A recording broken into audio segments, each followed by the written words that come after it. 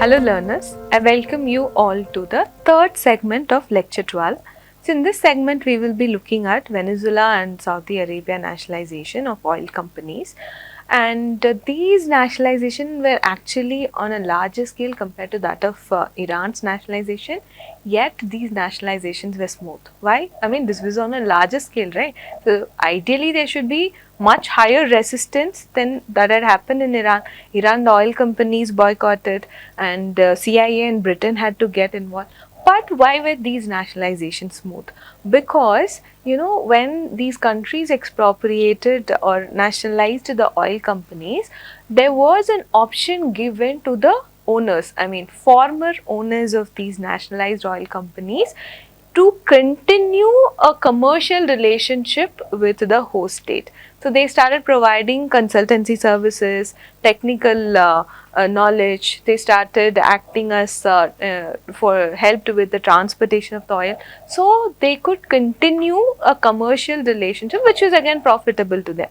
I mean, why are these private? What is the motive of these private oil companies? To earn profit. So they could still earn profit in some other capacity by having some sort of a commercial relationship with the host state as well.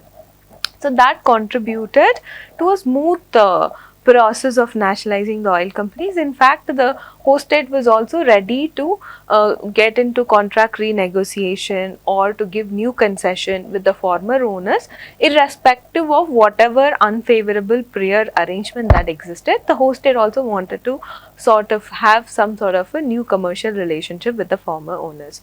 For instance, look at Venezuela. So Venezuela nationalization happened in mid 1970s. So there was a nationalization law that was passed in March 1975, and Article 5 of this law enabled Venezuelan government to enter into some sort of a dealing or contract with the private companies for providing certain services. So it enabled the government itself to do so. And then what Venezuela did was, Venezuela also sort of had commercial dealings with the former owners, and particularly it wanted their help with regard to transporting oil and as well as for marketing. This arrangement sort of worked because there was a tight supply with regard to oil in mid 1970s. So the foreign oil companies also wanted access to Venezuelan oil reserves, and Venezuela also wanted their help with regard to transportation, marketing and all of that. That arrangement worked. How does it work? Look at the date of 1976. In the year 1976 in Venezuela, they produced 1.7 million barrel oil.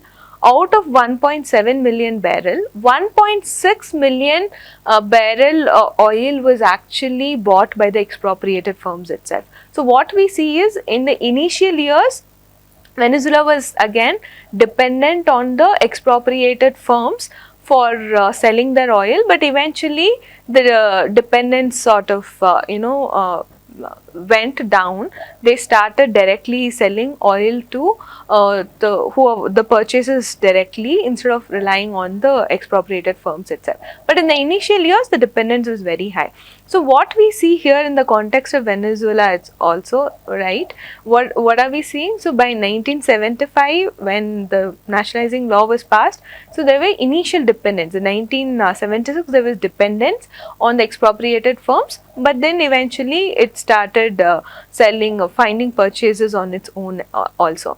Similar thing happened in Saudi Arabia also. Saudi Arabia, when it nationalized Aramco, it had to rely on Aramco's four partners, Exxon, Mobil, Texaco, Standard of California, for selling the oil.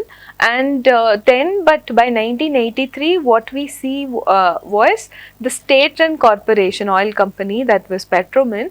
It started directly selling oil to the foreign governments. So what we see here is that there was new sort of a transformation happened to the oil sector, wherein a new sort of a commercial relationship was established by the host state with the former owners of the expropriated companies, and that was profitable for both parties as well. So they were still continuing to enjoy the profits, right? So, I mean, the segment is titled as Venezuela and the Saudi Arabia nationalization, but I wanted to throw in another bonus information. So, that was the expropriation that happened in Africa. In Africa also, the Britain's former colonies, Zambia, Uganda, Sudan, all of them undertook indigenization program, and then they expropriated more than 30 foreign enterprises. So with that also, what we saw was there was not much of a action that was taken by Britain, right? We did not. There was, there was no adverse reaction on the part of Britain. It did not put any pressure against these expropriation of foreign enterprises. So now the post 1970s and all of that, it was marked by a lack of a coherent assertion of protection to foreign investment. That is something that was there. So why did it started happening? Because we do see a shift from completely taking a measure or giving protection to foreign investment against expropriation, to what was happening was there was some sort of regulation of foreign investment that started emerging. Right. So we could probably say that the shift in the oil sector could be considered as a precursor to the shift that's going to happen. That is a move from expropriation to regulation that started emerging. So major incident that had happened was these the transformation to the oil sector itself. But even in the context of Africa also, we see the indigenization program was not very seriously opposed and all of that. That was not there. So now countries started regulating foreign investment. So there was again there was a changing landscape of expropriation.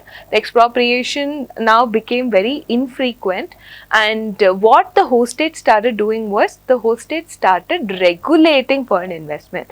So we will discuss about this move to regulating foreign investment in the next segment of this lecture. I can tell you this much, that the next segment is a very important segment of the entire lecture itself. So please stay tuned. Thank you.